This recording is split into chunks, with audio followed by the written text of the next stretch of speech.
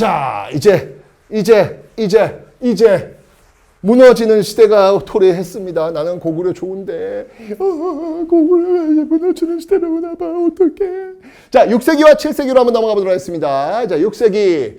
자, 백제로서는요, 지금 웅진으로 지금 급하게 지금 쫓겨왔습니다. 왜? 장수왕의 남하 정책에 의해서 급하게 쫓겨내는 그런 모습을 보고 있습니다. 그때 이 백제를 그래도 질서를 잡았던 왕이 누구냐면 바로 백제 무령왕이라고 있습니다. 이 무령왕은요, 여러분들 공주에 가시면요, 무령왕릉이 있어요. 이 무령왕릉을 보시면 이게 벽돌 무덤으로 되어 있는데, 이 벽돌 무덤은요, 우리의 어떤 특징보다는 중국과의 어떤 그 교류를 보여줄 수 있는 그런 모습들이다. 중국이라든지 또 일본이라든지 이런 나라들과 교류하고 있는 모습들을 보여주고 있다. 이게 바로 무령왕릉을 통해서 알 수 있다. 아하, 공주 웅진에 쫓겨갔던 이 백제, 역시 이 문화 강국으로서, 이 고구려 군사 강국이라면 백제는 문화 강국 아니겠습니까? 그 문화 강국으로서 여러 나라들과 교류하는 그런 모습들을 보이고 있었던 시대였구나. 역시 여전히 부자는 여러분 망해도 3년 간다고 하지 않습니까? 그죠? 바로 이 백제가 그런 나라예요. 문화 강국이었던 저력. 아니, 이 삼국에서 가장 먼저 전성기를 이루었던 나라가 바로 백제 아니겠습니까? 그런 백제가 급하게 그냥 망하지는 않거든요. 그래서 웅진 공주에 가가지고 이 무령왕 때 이런 모습들을 보이고 있다. 특히 22담로, 무너진 왕권을 다시 일으켜 세우기 위해서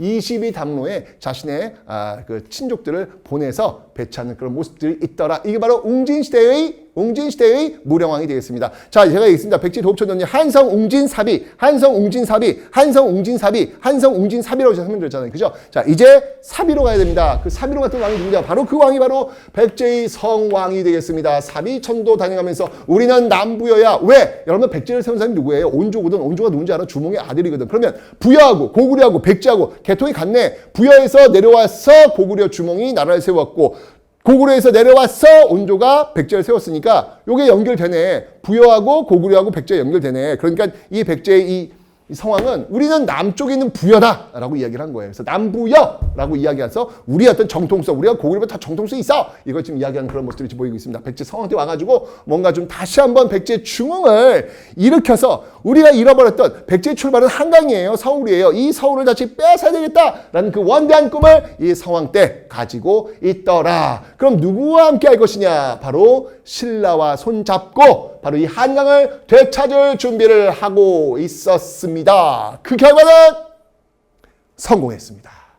드디어 고구려한테 빼앗겼던 한강을 되찾았습니다. 신라와 함께 손잡고 말이죠. 그런데 말입니다.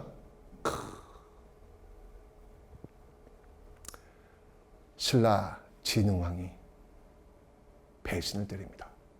분명히 한강을 빼앗고 나서 남한강, 북한강 이 지역을 나눠가지고 서로 가져가기로 했는데 신라 진흥왕은 모두 다 차지하는 이런 모습을 보이게 되더라. 여러분, 친구들 이런 친구 생기면 안 되죠. 네, 친구들은 이거 배신 때는 뒤통 때리는 그런 친구들 생기면 안 되겠죠. 그죠?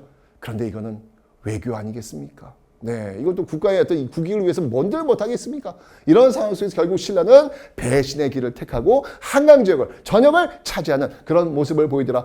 백제로서는 열받은 것이죠. 그래서 결국 이 신라의 진흥왕과 관산성 전투에서 한판 붙게 됩니다. 열받잖아요. 그런데 그때 백제 성왕이 전사하게 됩니다. 뭐야, 백제는 지금 왕이 이렇게 몇 명 죽은 거야. 계로왕도 죽었잖아, 지금. 장수왕에 의해서. 그지? 근데 이번엔 또 뭐야. 신라 진흥왕에 의해서 또 이제 성왕이 죽은 거야. 정말 백제는, 정말 백제가 아니었으면 이게 버티기 쉽지 않았을 거예요. 이 왕이 지금 2명이나 죽었는데. 그죠? 자, 어쨌건 이 관산성 전투가 있었다라는 것을 기억해 놓으시면 되겠습니다. 오케이, 갑니다. 그런데 여러분들 백제가요, 대단한 나라예요. 나중에 7세기 오면 여러분들 이제 여기 안 썼지만 무왕이라고 있어요. 백제 무왕. 이 무자가 뭐냐, 싸움 무자잖아. 예, 그래서 이게 정말 또 신라 엄청 압박해요. 왜냐면 선대를 죽였던 그런 나라니까 또 엄청 압박하는 그런 모습에서 이 위기에 또 처하게 되는 그런, 신라가 위기에 처하게 되는 어떤 그런 상황도 오게 됩니다. 어쨌건 자, 이제 6세기 주인공은 제가 아까 얘기했습니다. 4세기는 백제, 5세기는 고구려, 6세기는 신라라고 설명드렸습니다. 이제 바로 신라의 그 전성기를 오게 됩니다. 신라도요, 마찬가지로 그 전성기 꿈이 있었던 거야. 우리도 한강을 차지해가지고 우리도 고구려 군사강국, 백제 문화강국처럼 우리도 좀 그런 나라가 되고 싶어라는 꿈이 있었던 거야. 근데 나도 성공하고 싶어. 나도 뭔가 좀 이루고 싶어. 나도 뭐 좋은 거 좀 갖고 싶어. 꿈이 있었던 거야. 근데 얘기했죠. 그 꿈을 이루려면 뭐가 된다? 철저한 변화와 철저한 개혁, 내려놓는 게 있어야 되는 거야. 이제까지 살았던 삶과 단절하는 어떤 그런 변화가 필요하다. 그거를 신라가 해요. 6세기 때. 어느 왕이? 바로 지중왕과 버풍왕이. 고구려에서는 소수리 왕이 했다면 이 신라에서는 지중왕과 버풍왕이 그 변화와 그 개혁의 끈을 당기는 역할을 하고 있다라는 것이죠. 자, 지중왕 같은 경우 볼게요. 자, 이제 우리도 드디어 이제 마립간 이제 그만. 야, 다른 나라 지금 왕인데 우린 마립간이 뭐야? 우리도 왕하자, 왕. 야, 지중왕 때 왕. 우리도 왕이야. 이제 뇌물 마립간이 아니야. 뇌물 왕이야. 이제 지증 마립간이 아니야. 지증 왕이야. 우리도 왕이야. 우리도 고구려 백제점 갈 거야. 이런 모습 보이고 있습니다. 그리고 이제 드디어 신라. 야, 설화벌이 뭐야? 설화벌이 무슨 도시명도 아니고 우리도 이름 나라 갖자야. 신라. 오케이. 이때부터 신라라는 이름 나오고요. 그 다음에 이제 야, 우리도 이제 정복군주의 모습을 보여야 되지 않겠어? 그래서 이때 우산국을 정벌하는 모습들을 보이고 있습니다. 우산국 정벌은 여러분들 이때부터 바로 독도가 우리 땅이라고 하는 역사의 첫 출발점을 이루게 되는 그 왕이 바로 지중왕임을 여러분 알 수 있습니다. 이때 바로 이사부, 신라장군 이사부 지하에서 웃는다. 독도는 우리 땅. 그 독도, 그때 왕이 바로 지중왕이었다. 뭔가 새로운 어떤 변화를 보여주고 있다는 얘기죠. 그리고 버풍왕. 이름만 들어도 법 아니야, 법. 물론 이제 이 법이라고 하는 것은 불가의 법이긴 하지만 우리가 일단 딱 설명드릴 때 법이야, 법. 아까 얘기했잖아요. 새로운 시대를 열려면 새로운 법, 새로운 질서, 새로운 시스템이 필요하다. 아까 제가 소수리방도요. 이제까지 고구려는 잊어 라고 하면서 율령을 도입했다고 했지 않습니까? 새로운 고구려의 역사를 여는 거예요. 신라도 똑같습니다. 이제까지 신라는 잊어. 박석김 그런 시대 잊어. 마리까는 시대 이제 잊어. 우리도 이제 새로운 신라를 만들어보자 라고 해서 율령체제를 도입하고 있더라 라고 설명드렸습니다. 율령체제를 도입하고 있더라. 자, 이 관등. 율령은 여러분들 관리의 어떤 등급이야. 이런 걸 매기는 거예요. 왕의 어떤 그 위계, 왕의 어떤 그 강화, 왕권 강화 이런 걸 보여주는 것들이 율령에서 나오고 있다는 얘기죠. 그리고 불교. 똑같네. 이거 뭐야? 율령, 불교 이거 똑같네. 어디랑 소수리방 때 똑같잖아. 이제까지 고구려는 잊어. 그때 했던 게 바로 율령, 불교, 태학. 그 소수리방 아니었습니까? 신라의 법포가 똑같네. 율령, 불교. 네, 2차돈의 순결 계기로 해가지고 2차돈 너의 목을 벨 터이니 그때 너의 목에서 우유 같은 게 튀어나오고자 하는 연꽃이 맺힐 거야. 이제서야 비로소 부처님의 그 기적을 믿을 거야. 이렇게 해가지고 결국 불교를 공인하는 어떤 그런 모습들이 보이고 있더라라는 거. 그리고 버풍왕 때 세력이 약화됐던 바로 이 금관가야를 드디어 정벌하는 모습들도 보이고 있습니다. 여러분 아까 금관가야 기억나시죠? 바로 이 신라에 쳐들었던 외를 격퇴하기 위해서 광개토당 때 군대를 보냈단 말이에요. 그 군대가 금관가야까지 쳐들어가가지고 금관가야 세력이 약화했다 그랬잖아요. 망은 아니었고요. 세력이 약화되어 대가야로 그 세력이 재편되다 했는데 그 금관가야를 이제 신라 버풍왕 때 와서 멸망을 시키고 있다. 라고 하는 것을 기억해 놓으시면 되겠습니다. 오케이. 자, 법방할 때, 진짜 많이 했어.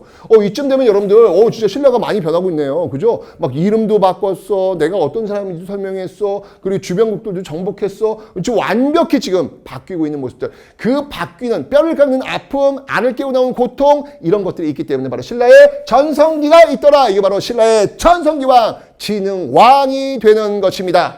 자, 이 진흥왕은요, 그렇죠. 정복군주. 전성기 왕은 정복군주의 모습을 보여야 될 거 아닙니까? 그 정복군주의 어떤 첫 스타트로서 바로 뭘 선택한 거예요? 배신을 선택한 겁니다.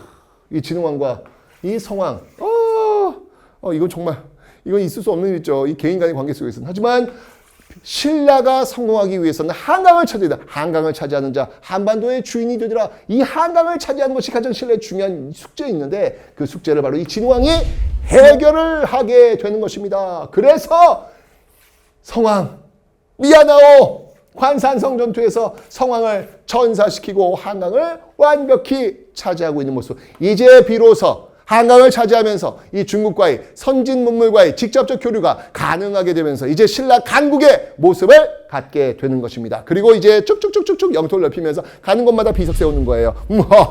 진흥왕 내가 왔노라. 이곳에 내가 순수 왔으니 이곳에 비석을 세우노라. 이것이 바로 진흥왕 순수빈이라.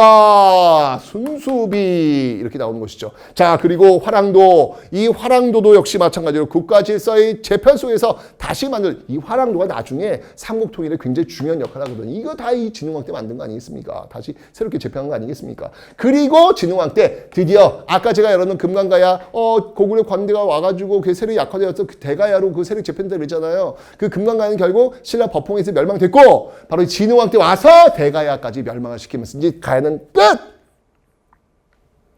역사 속에서 사라지게 되는 겁니다. 결국 금관가야 대가야 모두 신라에 의해서 버풍왕과 진흥왕에 의해서 바로 정복이 되는 그런 모습들이 보이고 있더라라는 것이죠. 네. 자, 이렇게 이제 6세기는요. 신라의 신라의 시대를 만들어내면서 이제 드디어 7세기로 넘어갑니다. 백제의 마지막 왕 개백의 5천 결사대 황산벌 전투 패배하면서 결국 백제의 역사는 마무리가 되었고요.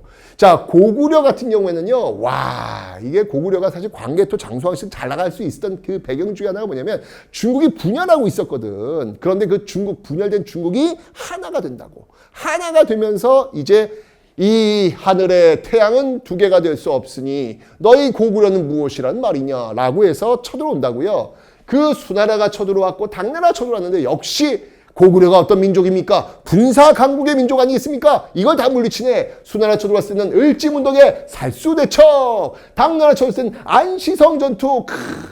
안시성 성주가 누굽니까? 조인성 아니겠습니까? 감독님 왜 비웃어요? 네, 내가 그 안시성 그 영화를 보면서 야, 이거 역사 왜곡이다. 너무 안시성 성주가 너무 잘생겼다. 이게 이렇게 하면 안 된다. 뭐 잘생겼을 수도 있겠죠. 근데 안시성 성주가 누군지 몰라요, 사실은. 예, 뭐 양만춘이라는 얘기 있는데 양만춘은 나중에 그 중국 그 소설에서도 등장했던 그런 인물이고요. 전혀 양만춘 아닙니다. 거기서 이제 양만춘이 나오죠. 네, 근데 어쨌건 네, 안시성 전투에서 또 당나라를 물리치는 그런 모습들. 중국인들이 제일 존경하는 사람이 바로 당태종이에요. 그 당태종이 직접 쳐들어온 전투가 이 안시성 전투 아니겠습니까? 거기에 그냥 이 당태종을 그냥 납작하게 그냥 다시는 당태종이 유언했잖아요. 고구려를 치지 마라. 고구려는 치면 안 된다. 라는 유언을 남길 정도로 정말 고구려의 정말 본때를 보여주었던 정말 이 고구려 대단한 나라입니다. 그죠? 하지만 중국 당나라도 혼자 고구려를 치는 것이 위험하다는 걸 알았고 신라도 역시 마찬가지로 저 위에 군사강국 고구려가 있다는 게 부담스럽다는 걸 알았고 결국은 그 두 나라 신라와 당나라가 손을 잡고 고구려를 공격해서 나당 연합에 의해서 결국 고구려도 멸망되는 모습들을 보이게 될 겁니다. 아파. 자, 나당 연합에 의해서요. 백제가 멸망됐고요. 예, 고구려가 그 뒤로 이어서 멸망했다. 그런데 이 당나라가 야, 난 너희 신라도 우리께 되고 싶어. 너희를 먹고 싶어. 라고 하자 신라가 있을 수 없는 일 나당 전쟁을 일으키면서 매소선 기벌포 전투 매기 전투에서 승리를 거두면서 당나라를 축출을 시키고 결국은 삼국 통일을 이루게 되더라 라고 설명드렸습니다. 여러분들 여기서 역사에서 우리가 잊지 말 게 있어요. 두 가지. 첫 번째, 성공하고 싶다면 여러분들이 뭔가를 하고 싶다면 꿈이 있다면 그 꿈을 이루려면 여러분 지금 변하셔야 돼요. 이제까지 살아왔던 여러분 스스로와 인연을 끊으셔야 돼요. 새로운 모습으로 환골탈퇴하실 수 있어야 됩니다. 탈탈 털어가지고 옛날 과거와 여러분과 빠이빠이 하세요. 변화시켜야 합니다. 변화시켜야. 이게 고구려도 그랬지 않고 백제도 그랬잖아요. 그죠? 그런 모습을 보였는 거 잊지 마시고요. 두 번째, 여러분 신라에 보시면 알겠지만 아까 보면 알겠지만 가장 뒤늦게 출발한 나라예요. 가장 뒤늦게 출발한 나라예요. 근데 결국 마지막 최종적 승자는 바로 신라가 된다는 사실. 정말 존버의 정신을 이 신라가 보여주고 있습니다.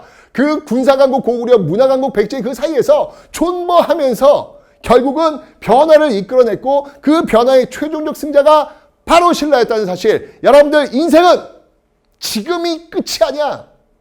혹시 여러분들 지금 뭐 나는 왜 쟤보다 공부를 못하지? 나는 왜 저보다 못하지? 혹시 그런 생각 갖는 사람 있어요? No. 그 모습으로 여러분 인생을 평가하지 마세요. 여러분이요, 아직 살아내야 될 시간이 너무 많아요. 진짜 여러분 이건 순간의 모습일 뿐입니다. 그러니까 너무 여러분 스스로에게 상처 주지 않았으면 좋겠어요. 여러분 스스로의 이 자존감을 떨어뜨리지 않았으면 좋겠어요.